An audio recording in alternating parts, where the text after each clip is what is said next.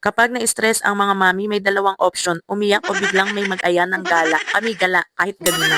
Hello mga may loves, another day, another vlog. So ayan nga mga may loves, gabi na talaga nito, pero bigla na lang nag-aya si ate na mag-SM daw kami. Kasi stress siya. Sino ba naman ako para tumanggi? Isagot naman niya lahat. Wala naman akong babayaran. Syempre, mahinang nila lang tayo, kaya kahit gabi na maulan at may babing kasama, gora tayo. Kaya ang sabi ko, sige sis, baka kailangan talaga namin ng konting unwind. Tapos nakita namin si Spider, mukhang pagod na kasi pa-close na sila. Pagkatapos namin umikot sa Dep Store, nag-aya yung kapatid ko na kumain kami sa Savory. Ito yung pinaka-favorite part ko, libre ako, ay hindi lang pala ako kasama yung mga anak ko. Kasi minsan, bilang mga nanay, hindi naman kailangan ng bonggang bakasyon. Minsan, mall lang, pagkain at konting labas ng bahay, okay na. Syempre, hindi mawawala ang mga anak namin kasama sila. At kung tutuusin, dala rin namin yung isa sa mga dahilan kung bakit kami stress. Aray ko po! Pupunta po kami ni Mama sa SM po. Habang naghihintay nga kami ng order namin, kumain muna kami nitong ice cream na avocadorial. Sobrang sarap. Habang hinihintay nga din namin ng order namin, nililibang-libang ko to si Kulit kasi mukhang gutom na. Tingnan mo, hindi ko kasama yung papa niya, pero parang kasama ko din. Clap, clap. Clap, clap. Everybody say a chocolate. Wow. A chocolate, clap, clap. A chocolate. Parang pinagbiyak talaga. Kamukhang kamukha salong-salo pati ugali. Charis. Tapos eto na, kakain na kami. Dito na kami nag-dinner mga may loves. Pero unang nagutom yung anak ko. Bilang breastfeeding mom, dapat ready ka sa mga hamon na pagsubok habang nasa galaan. Dapat may dala kang jacket, shawl, or bandana. Buti na lang yung sis ko ready kasi dating Girl Scout yan. Tapos kakain na kami. Loves, ang sarap talaga pag libre Isa talaga to sa favorite na kainan namin yung Savory kasi ang sarap, ang linamnam, hindi nagbabago yung lasa. Tapos ang pinakamasarap dyan, yung libre ka pa, wala kang babayaran.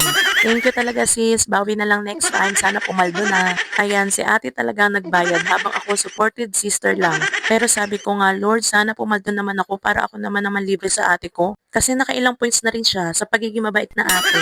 Kaya sa mga umuutang sa akin, please lang, wala po talaga akong trabaho. Palamunin lang po talaga ako at saka sideline lang. Ito nga nakikilibre pa. Mukha lang po talaga ako maraming pera, pero sa totoo, 20 pesos lang laman ng wallet ko, charis. Pagkatapos nga namin yan, my loves, kumain sa Savory, pumunta na kami sa supermarket para mamili ng lulutuin namin. Bumili nga ako ng baka dyan mga my loves pang bulalo kasi ang sarap kumain ng bulalo pag ganitong tag-ulan. Tapos yung anak ko si Scarlett, halos lahat na lang binati dito, yung cashier, dicer, lahat. Hello! Good evening po. Mukhang tatakbo ata to ng presidente o mag-aartista. Napaka-friendly Pagkatapos namin mag-grocery, umakyat kami sa taas sa cinema para bumili sana ng ticket para bukas. Kasi nga gabi na hindi na rin kami makakapanood kasi baka anong oras na kami makauwi. At tamang-tama, gusto rin ng asawa ko manood ng Spider-Man kasi hindi kami nakapanood nung nakaraang linggo. Paano po yung ticket for Spider-Man? Ano yung available po? Brand new day bukas. Ano po? The 340. 240 daw. May bayad din ng ganito po.